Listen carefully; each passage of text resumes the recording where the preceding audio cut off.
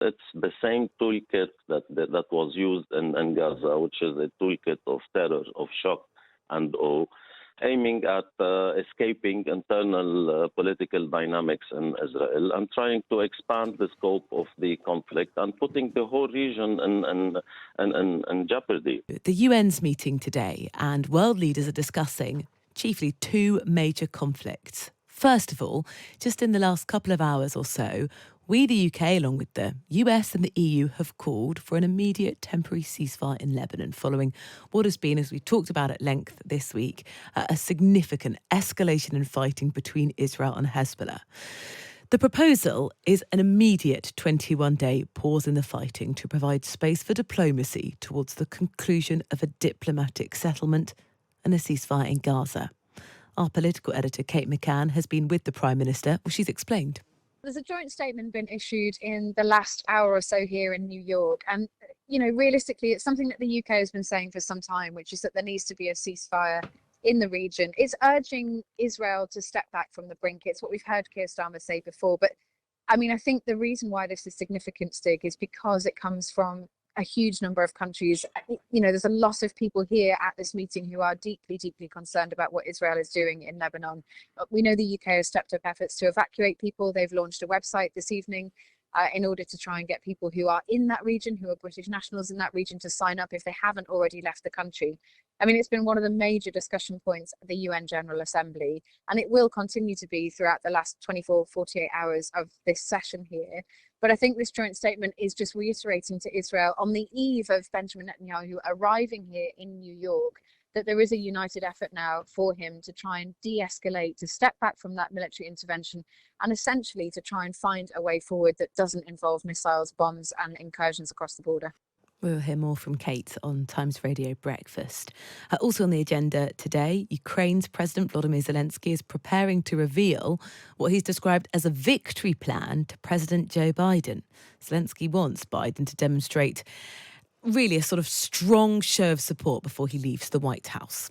Well, here to tell us more and help us to understand more, the military analyst and host of the podcast Red Matrix, Dissecting the News Each Week, Sean Bell is here. Sean, good morning.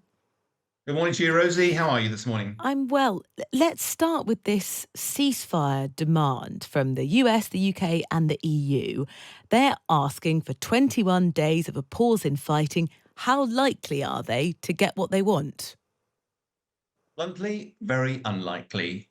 We've heard a constant stream of calls for a ceasefire ever since the Israelis started their military action into the Gaza. And for political reasons, lots of nations want to try and put pressure on the Israelis.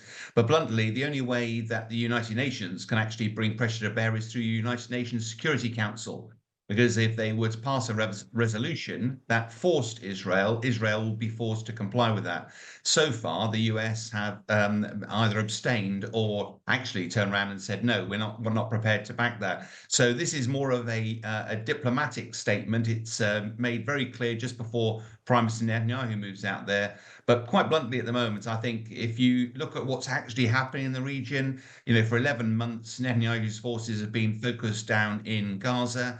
And because Iran is supporting Hamas, they've been motivating Hezbollah to cause irritation on the northern border, to try and open up a two-front war. Now that Netanyahu's largely finished down in Gaza, he's pivoting his forces up to the north and saying, right, we need to deal with this. And quite bluntly, without doing a history lesson, Rosie, back after the last big war, 2006, there was a United Nations resolution 1701, which effectively said that the Israeli forces would move south of the withdrawal line called the Blue Line, and the Hezbollah forces would move north of the Litani River. And the only people allowed in the buffer zone between will be United Nations forces and Lebanese army. But almost as soon as the ink was dry, Hezbollah moved into that area, started pounding northern Israel again. And what Israel is clearly determined to do is to get Hezbollah out of that area in accordance with the United Nations resolution. So there is a bit of an irony here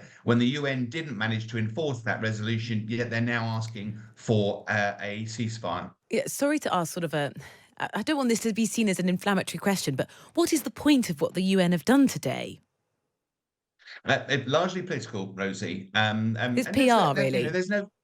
Well, unfortunately, it's a bit like our government have been regularly saying, standing in the House of Commons and demanding a ceasefire.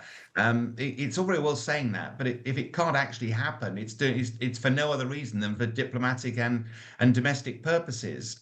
There are mechanisms to put pressure to bear on Israel, and there is a sense of isolationism now building for Netanyahu, and there is, of course, concern that Netanyahu's original aim was to destroy Hamas and then to liberate the hostages. He seems to have virtually achieved number one there. So what's happening about the hostages? And that's causing a great deal of concern for domestic Israelis at the moment, because bluntly, again, you only release hostages through negotiation. Over 100 were released back in November. Since then, only 8 have been released by military action. Far, far more have died. And with nearly 100 hostages believed still to be left in Gaza, okay, 35 might well be dead, but there's still a large number alive there. The only realistic way of getting them out is some form of negotiation, but it's quite clear that Israel's determined on finishing the job, and it doesn't appear that despite the United Nations' best efforts outside the UN Security Council, that this is going to do anything more than make life a bit more uncomfortable for Prime Minister Netanyahu. Yeah. So what we're hearing is Israel's preparing to put boots on the ground with an invasion of Lebanon. That's what its army chief has said. At the same time, Sean, there are obviously efforts to get British nationals out. The Prime Minister is saying, leave immediately, don't wait for evacuation. What kind of preparations are underway? The evacuation from Afghanistan was extremely chaotic, very dangerous, chaotic, disorganised. Have we learned from that? Almost certainly, yes. It's very difficult to compare one with the other, I think. But undoubtedly, the UK has a lot of military capability, dusting off the plans, making sure they're ready for any evacuation. I think for the listeners, one of the things we have to be careful of, if you look at geographically where Israel's attacks are, their experience of the last time there was a war, it's very, very difficult to go into Lebanon and destroy Hezbollah the way they've gone into Gaza to destroy Hamas. Hamas, Israel surrounds. Israel does not surround the Lebanon. The Lebanon, it's relatively easy for Iran to pour weapons into, to get new fighters into the area. So an full invasion seems very unlikely. What is possible is that Israel will want to move in to that buffer zone and actually physically clear Hezbollah out of it before they return it to the United Nations again. And I think that's what they mean by ground invasion. Now, clearly, I'm not inside the minds of their army chiefs, but if they were to go further than that, quite bluntly, it would be a very difficult military operation. Israel's been there before, and they're likely to get a very bloody nose. Yeah. So when we talk about a ground invasion, we're not talking, I don't think, about taking over the whole of Lebanon. We are talking about clearing that buffer zone and trying to make sure that they deliver a long-term security for Israel. And I think that's what the plan is. Okay. Final thing I wanted to ask you, I know you're en route to Ukraine now. Today, Zelensky reveals his victory plan to Joe Biden. What do you think that plan's going to entail, and how critical is it on having Joe Biden or Kamala Harris in the White House? Well, it's probably not only me who's puzzled a little bit by this whole idea of what a victory plan looks like. This summer has been very difficult for Ukraine on the back foot. Largely at the start of the year, there was a delay for that $60 billion of aid, and Russia's taken advantage, has been on the front foot ever since.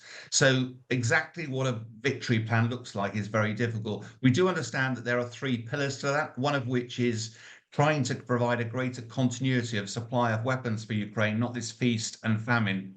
The second one is trying to have a more unified diplomatic effort against President Putin. And the third element, of course, is to try to hold Russia accountable for what they've done. But none of those lines of development are actually going to deliver victory. What it feels like, and it's simply chatting to colleagues, it feels like that this is trying to prepare for some form of negotiation and putting Ukraine in the strongest possible position for that. But one of the reasons I'm traveling out to Ukraine, I head across the border today, is to try and get a better sense on the ground of what it feels like. This is a self-funded visit and trying to provide a more informed perspective, because there's a lot of Ukrainians who are still absolutely determined to drive Russia out of every corner of Ukraine. We'll have to wait and see. Of course, and I would absolutely love to check in with you as you start that trip. Sean, thank you so much. Sean Bell, the military analyst and host of the podcast Red Matrix, dissecting the news each week, if you'd like to hear more from Sean. Western leaders are all agreed that Israel and Hezbollah should have a 21-day ceasefire.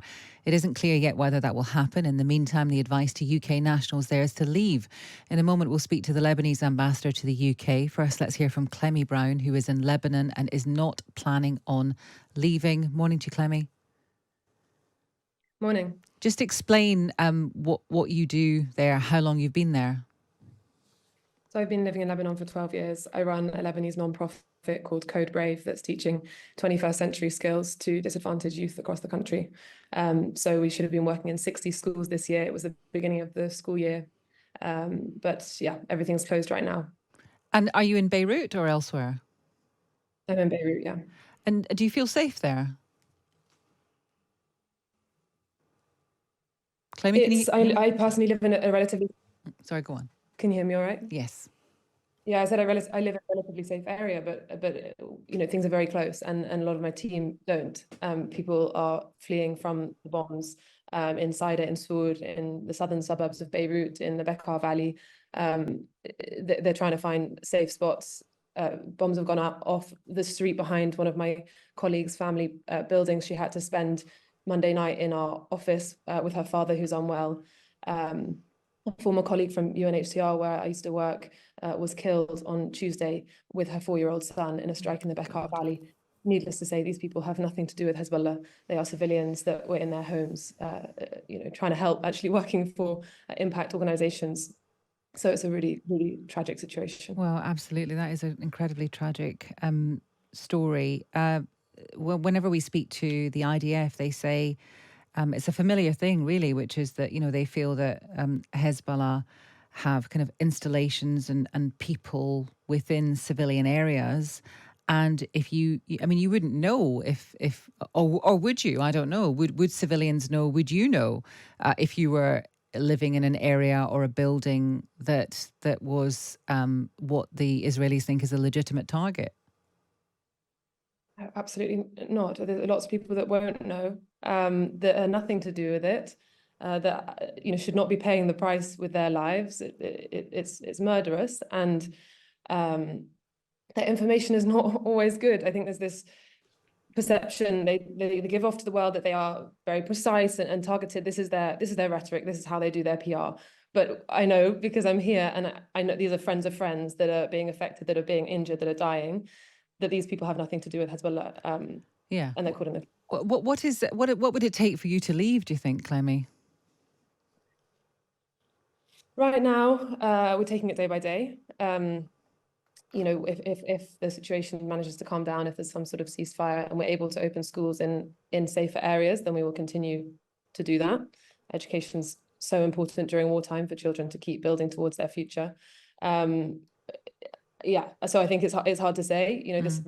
The situation really changed 3 days ago, and we're just kind of adjusting to the situation and focusing on keeping staff and people safe, and taking it day by day. Well, we'll no doubt speak to you again. We'll keep in touch with you and see how things change if they do. That's Clementine Brown, who's been living in Lebanon for the past 12 years. Let's speak now to Rami Mortada, the Lebanese ambassador to the UK. Good morning to you.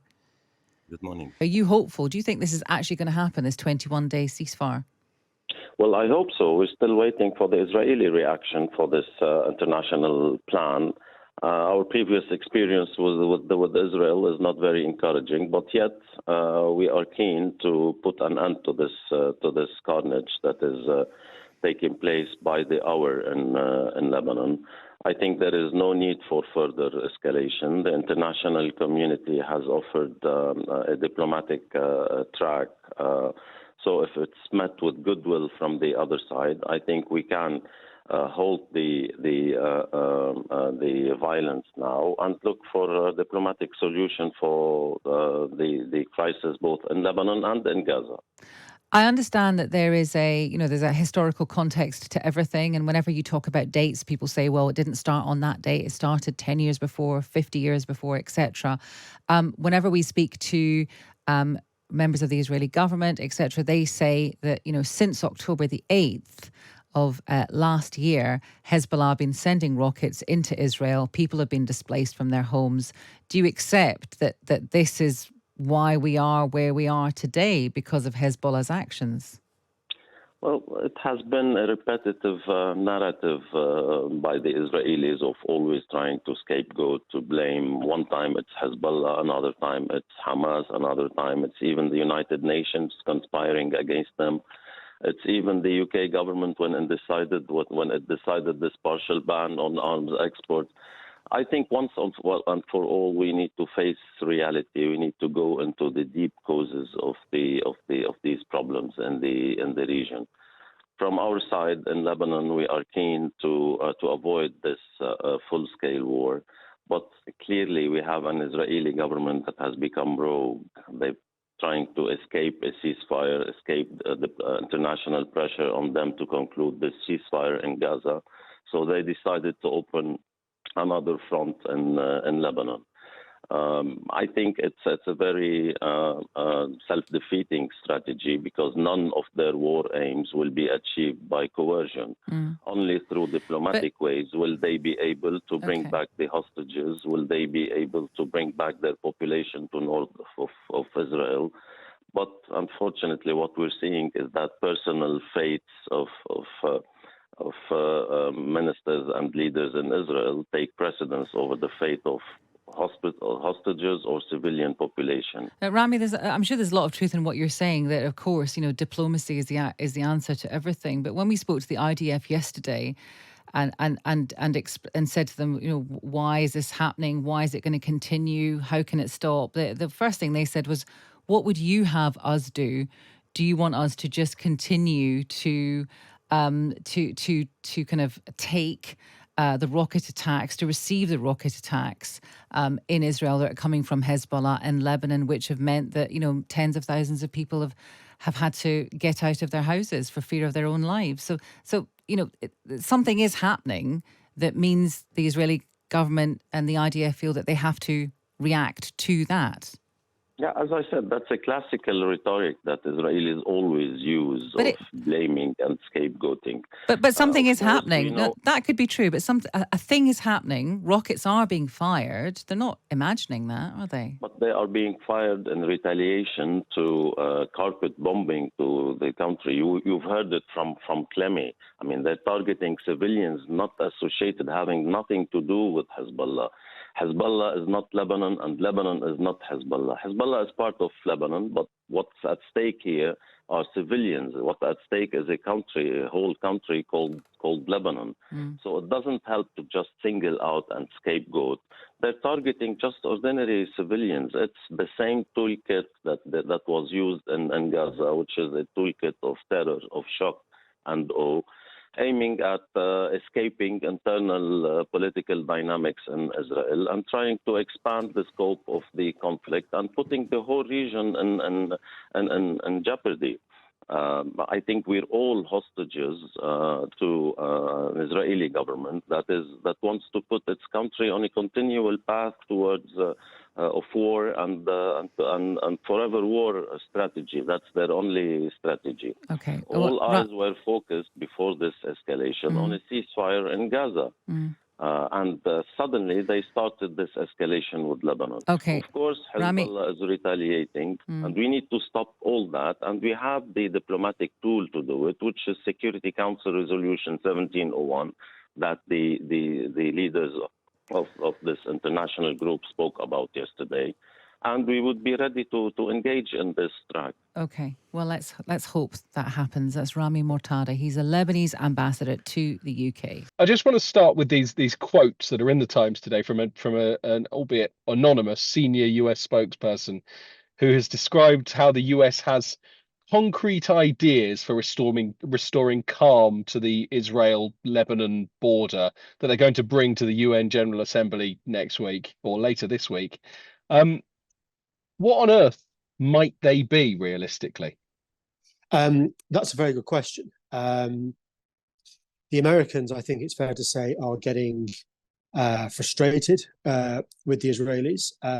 They're at pains to say that they knew nothing about the explosions in various electronic devices last week that targeted Hezbollah operatives. Now, we don't, the Israelis haven't claimed responsibility for that, but I think all the hallmarks are that it was an Israeli intelligence operation. They're also distancing themselves from knowing anything about the attacks that Israel has launched in Lebanon against Hezbollah targets in response to some of the rockets coming over into Israel. I think now for many, many months, you've seen a US White House foreign policy apparatus, which is getting frustrated with the Israelis, which doesn't seem to be able to cut through, which is deeply suspicious of the intentions of the upper echelons of the Israeli government, particularly Prime Minister Benjamin Netanyahu and his motivation really for wanting a ceasefire both in Gaza and to not allow the conflict to spread elsewhere. That frustration sometimes spills out into public comments. In terms of what the Americans can do, I think they can cajole the Israelis. I think they can try and pressure them. They could cut arms sales, and that's what a lot of people want them to do. They want to stop US arms sales going to Israel. But that's a long way from what official policy is. The Americans say they might be frustrated, they might be annoyed by the actions of the Israeli government, but they're also committed to Israel's security. And so for the time being, we'll continue to see a flow of weapons. And that doesn't immediately restore calm anyway, does it? The Israelis have got plenty of weaponry for the time being to carry on with this for, you would think, many, many months into the future. So, Yeah. Given the immediacy of this and the timing coinciding with the UN General Assembly, it's very difficult to imagine what might change about how the US deals with this in the immediate future. Right, and they're calling for calm, the Americans. What they're not doing is calling for Israel to stop its action, because they are, and continually say this, that they're committed to Israel's security. The Americans are at pains not to criticize Israel for any action it takes out. What the Americans want is to stop the conflict spreading to other parts of the Middle East, and we've seen this week that it really has spread to Lebanon and the border between Israel and Lebanon. The Americans want calm, they want peace, they want a negotiated political settlement to these problems. At the moment, it feels as though events are running away from them. Obviously, this is very difficult, isn't it? Because we're nearly a year since the October the 7th invasion, and all that's happened in Gaza ever since. There's absolutely no evidence that Israel has listened to the US really in all of that time. Why would this be any different? I think the Israelis have listened to the Americans on occasion. I think the Americans were adamant about the scale of the invasion into Rafah a few months ago, and made some pretty significant warnings over that. And I think while the Israelis still carried on their operations in Rafah, I think the scale of it may have been reduced because of American pressure. But it's also true to say that the Americans are keen, on a ceasefire, which would allow for humanitarian aid to get into Gaza and an opportunity to get some of the hostages that remain in Gaza out, and some of those are Americans. But also the Americans want to, as you suggested your first question, to cool the temperature, to calm the situation in the Middle East. And at the moment, they're achieving neither of those goals. So, as well as Israel at the UNGA, who are Biden, Blinken, and co? Who are they making a beeline for to try and help bring this calmness? Well, there's the world is on fire in many respects. Obviously, we've just talked about the Middle East, the situation in the Middle East. Ukraine is also really top of the agenda. Vladimir Zelensky makes his speech to the UN General Assembly tomorrow, on Wednesday. But he meets, he's speaking to the Security Council today. He's been on American TV and he's talked about his peace plan, which he's proposing. He says he's been speaking on US TV this morning, talking about how he believes peace in Ukraine is a lot closer than people imagine. Of course, he's got one eye on the US presidential election, which takes place 6 weeks from today. Donald Trump has made some speeches, made some comments that if you're Volodymyr Zelensky, you're extremely concerned about. He would settle the war on day one. He was asked during the debate a couple of weeks ago with Kamala Harris whether or not he wanted Ukraine to win the war, and pointedly didn't answer that question. So I think President Zelensky is here to talk about what can be done in the very short term, but also to warn the geopolitical infrastructure, the Americans in particular, that come January, there might be a completely different approach to the conflict in Ukraine in the White House, and he wants to get some sort of settlement as soon as he can, of course, without rewarding the Russians for the invasion.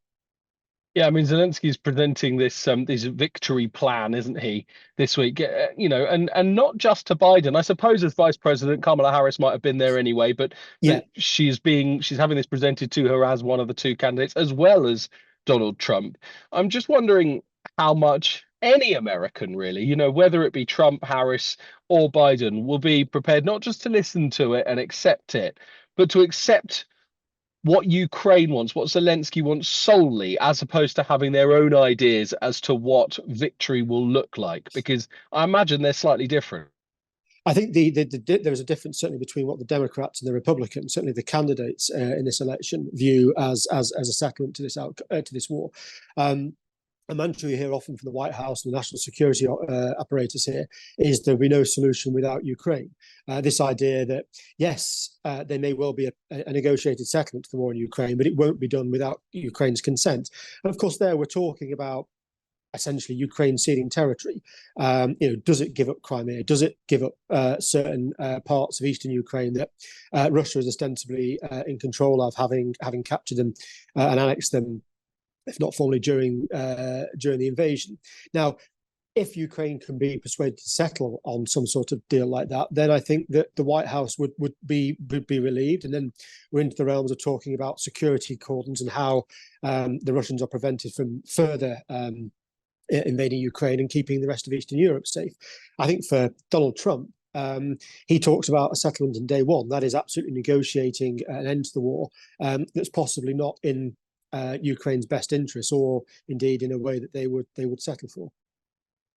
And of course, if there's one thing Donald Trump is brilliant at, it's sort of sound bites that get you to sit up and take notice. And he's had this you know, really rather, I mean, if it wasn't so serious, it'd be quite amusing. I think Zelensky is the greatest salesman in history. He said every time he comes into the country, he walks away with $60 billion. And I think Zelensky has said, look, even if he thinks that he can end this war on day one, you know, he's got another thing coming effectively. I'd love to be a fly on the wall when he tries to present this victory plan to Donald Trump. Do you think, though, privately, Trump might be more prepared to listen to it? Because, I mean, actually, if it was something that he could get on board with and end it quickly, he could very much take some credit for that, you know, come January.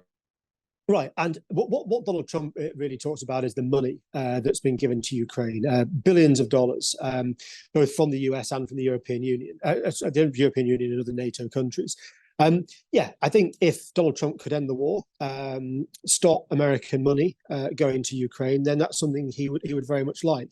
Of course, there has to be an end to the war, where both sides are satisfied that they've walked away from the negotiating table having satisfied their needs. I don't think at the moment what Donald Trump is saying necessarily suits the Ukrainians and their ambitions.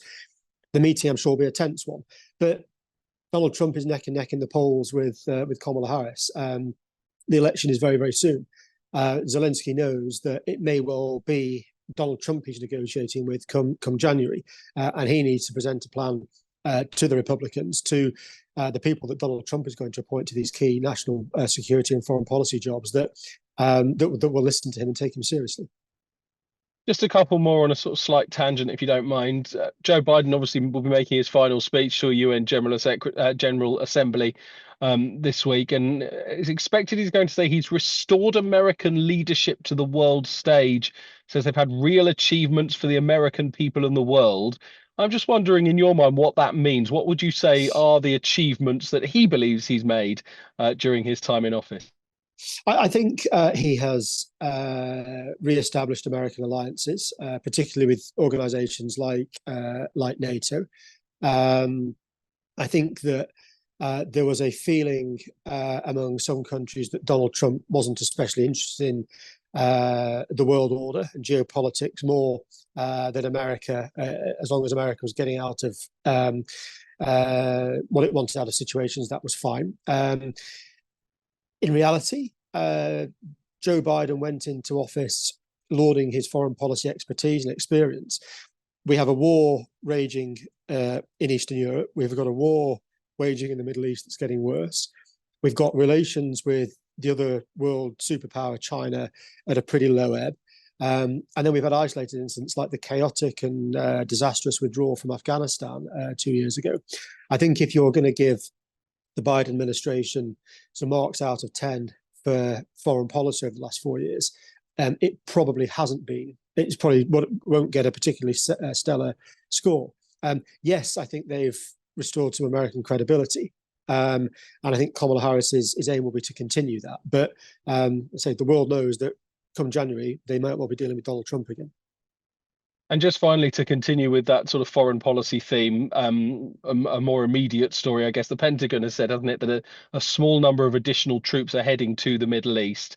I'm sort of wondering, where they're going, what's the thinking behind that? And I mean, how, given the message we've been talking about in this interview, how that even begins the de-escalation message that they're so desperate for?